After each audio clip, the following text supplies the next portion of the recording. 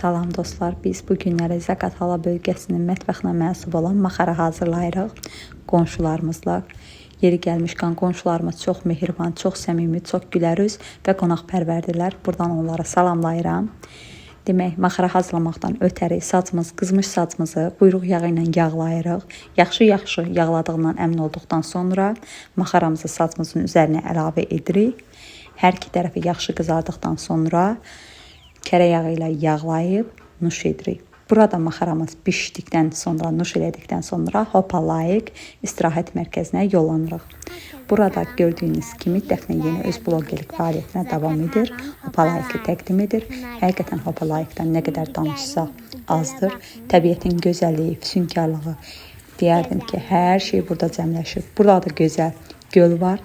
Göldə ördəklər üzür. Buranı izləyərkən insanın ruhu qidalanır. Beyni təmizlənir. O qədər gözəl təsir edir ki insanın əsəbləri sakitləşir. Gördüyünüz ördəklər insanın ruhunu sakitləşdirir. Burada da ördəklər gördüyünüz kimi suya girirlər. Gün batımı burada bir başqa gözəldir.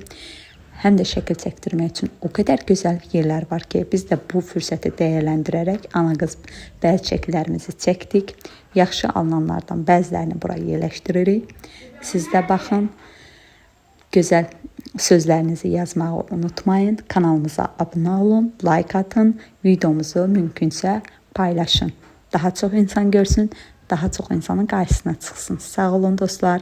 Bir növbətə vlogumuz harda olacaq, necə olacaq? Bunu bilməkdən ötürü bizi izləməyi unutmayın.